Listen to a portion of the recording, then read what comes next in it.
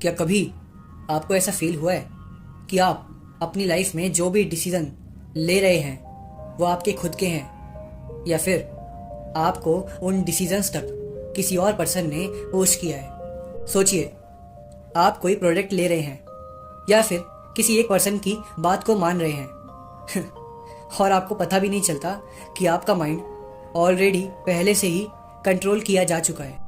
और इसीलिए आज हम बात करने जा रहे हैं एक ऐसे साइकोलॉजिकल टूल के बारे में जो आपके अनकॉन्शियस माइंड को चुपके से कंट्रोल करता है। अब वीडियो में और आगे बढ़ने से पहले मैं अपने एक डियर सब्सक्राइबर को थैंक यू बोलना चाहता हूँ।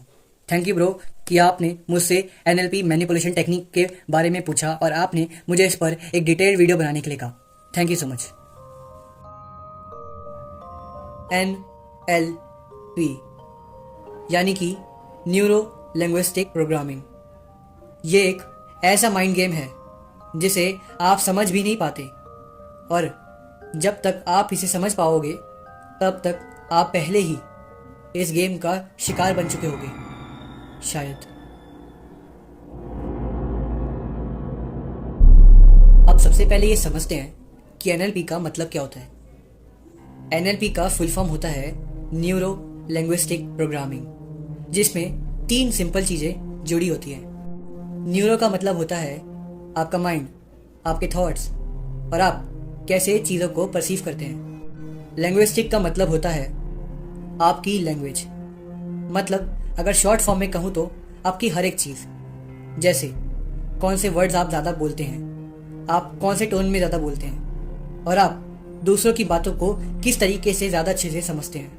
प्रोग्रामिंग, इसका मतलब होता है कि कैसे ये दोनों चीज़ें मिलकर आपके बिहेवियर को कंट्रोल करती हैं। जैसे एक सॉफ्टवेयर अपडेट करने के बाद और प्रोग्राम करने के बाद अच्छे से काम करता है, बिल्कुल वैसे ही NLP का मेन काम होता है आपके ब्रेन को ऐसे रिप्रोग्राम करना ताकि आप बिना सोचे समझे एक स्पेसिफिक तरीके से रिएक्ट कर सकें। और ये सब चीज़ें आपके सबकॉन्शियस दिमाग में होती हैं, जो चीज़ें आप एक्टिवली नहीं सोचते।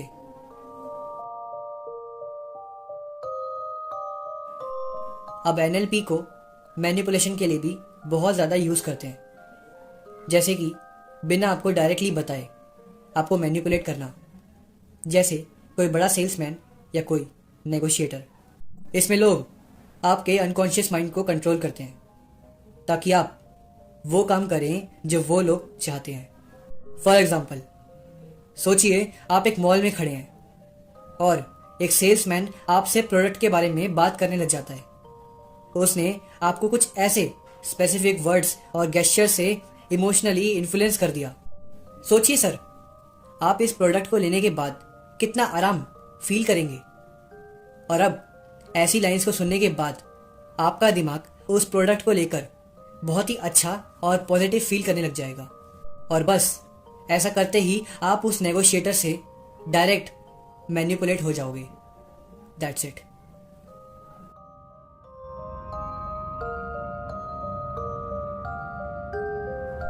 Point number 1, anchoring.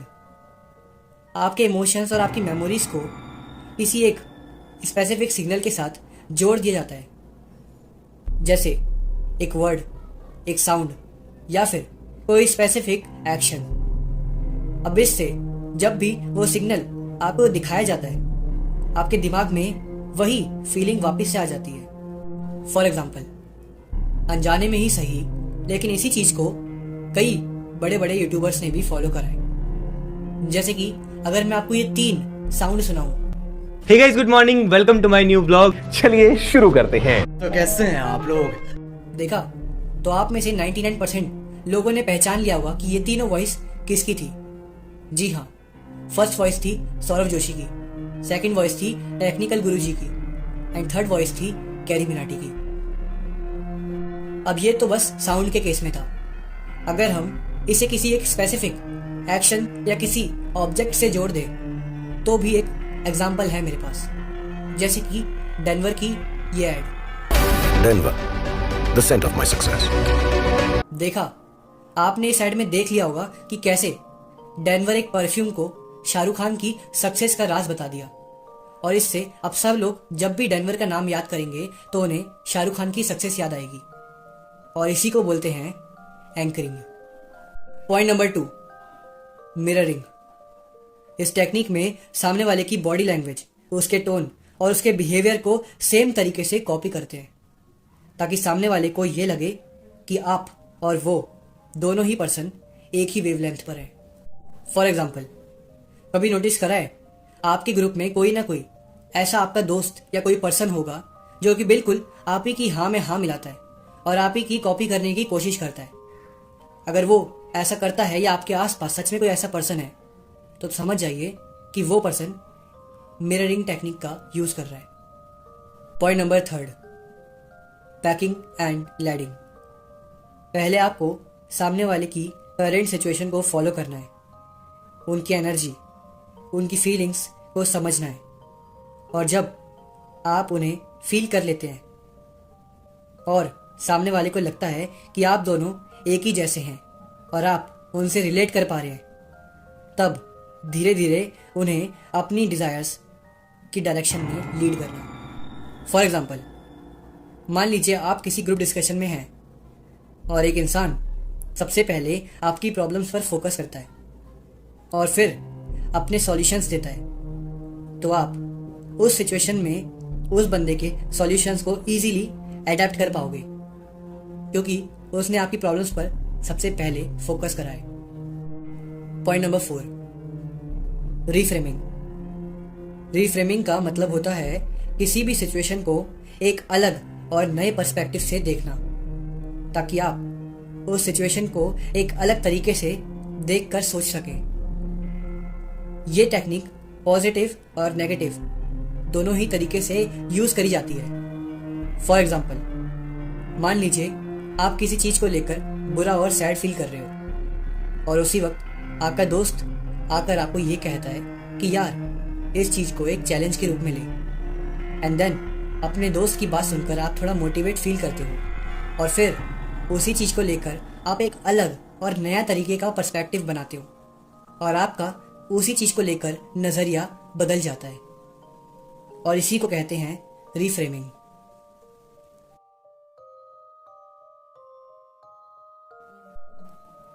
अब जितना NLP यूजफुल हो सकता है उतना ही इसका मिसयूज भी हो सकता है।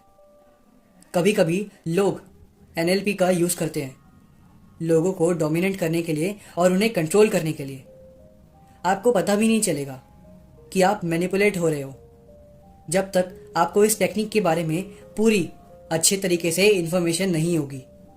फॉर एग्जाम्पल, आज की मार्केटिंग और एडवर्टीजमेंट में NLP का बहुत ज़्यादा यूज़ होता है। कंपनीज आपके इमोशंस को टारगेट करती है, जैसे लिमिटेड टाइम ऑफर या फियर ऑफ मिसिंग आउट, ताकि आप बिना सोचे समझे उनके प्रोडक्ट को खरीदने का डिसीजन ले लें। और इसका सबसे बेस्ट एग्जांपल है मेरी नज़रों में नापतोल। जी हाँ, अब आप ये सोच रहे होंगे कि NLP से कैसे बचें। सबसे पहले अवेयरनेस बहुत ज़रूरी है। जब आपको पता होगा कि कोई आपके दिमाग को इन्फ्लुएंस करने की कोशिश कर रहा है, तब आप अपने ज़्यादा कंट्रोल में होंगे। NLP के सिग्नल्स को समझने और अपने थॉट्स पे ध्यान देना आपको मैनिपुलेशन से बचा सकता है। लेकिन फिर भी आपकी सेफ्टी के लिए आपको कुछ टिप्स देता हूँ। टिप नंबर 1, जब भी कोई व्यक्ति आपसे किसी स्पेसिफिक वर्ड का जिक्र करे बार बार, या फिर वो व्यक्ति बार बार आपकी फीलिंग्स को किसी स्पेसिफिक तरीके से रिपीट करने की कोशिश करे, तो आपको ये सोचना होगा कि क्या वो पर्सन आपको इन्फ्लुएंस करने की कोशिश कर रहा है या फिर जस्ट वो आपसे जनरली बात कर रहा है। टिप नंबर 2, कन्वर्सेशंस और डील्स के बीच में अपने इमोशंस पर ज़्यादा फोकस करें। अगर आप इमोशनली पुश फील कर रहे हैं तो आपको एक कदम पीछे लेना होगा हमेशा।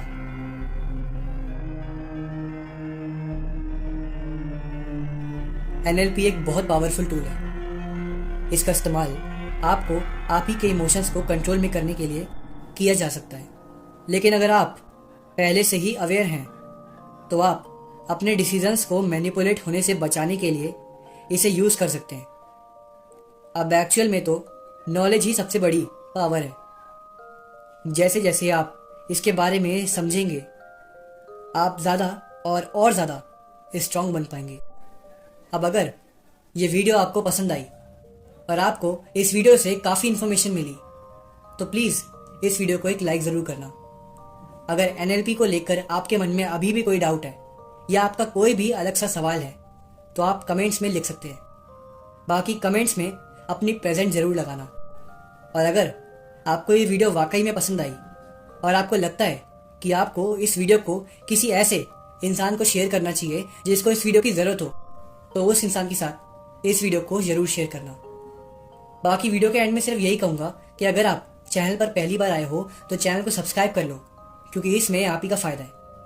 और बाकी मिलते हैं किसी और नेक्स्ट वीडियो में। तब तक के लिए